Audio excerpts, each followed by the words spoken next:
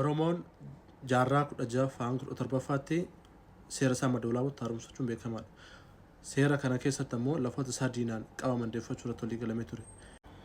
Duulota kana keessatti duula jalqabaa duula gadaa Meelbaa keessatti madaalawa guutumaan guutuutti harka diinaa jalaa baafatanii duula gadaa mudannaa marsaa lammaffaaf godhame keessatti ammoo Awaashiin harka diinaa jalaa baafatanii jiranii jechuudha. Duulli kun marsaa 10f waggaa 8 gadaan tokko waggaa 8 of keessaa qaba waan ta'eef marsaa 10f waggaa 8 duulota godhamaa turedha. Duulli tokkoffaan duula gadaa Meelbaa, duula gadaa mudannaa, duula gadaa Kilolee, duula gadaa Bifolee, duula gadaa Michilee, duula gadaa Hambisaa, duula gadaa Roobalee, duula gadaa Birmajjii, duula gadaa Mudhataa fi duula gadaa Duulooti. Achi keessatti ammoo gadaan duula wanta adda isa godhu waa'ee seenaa, diinagdee, hawaasummaa, safuu fi duudhaa irratti gadaa hojjetamaa turedha jechuudha. Mana kana follow, like, share godhaanii nama hunda biraan gahaa. Seenaawwan babbareedoo wal barsiifnaa. Horaa bulaa deebanaa.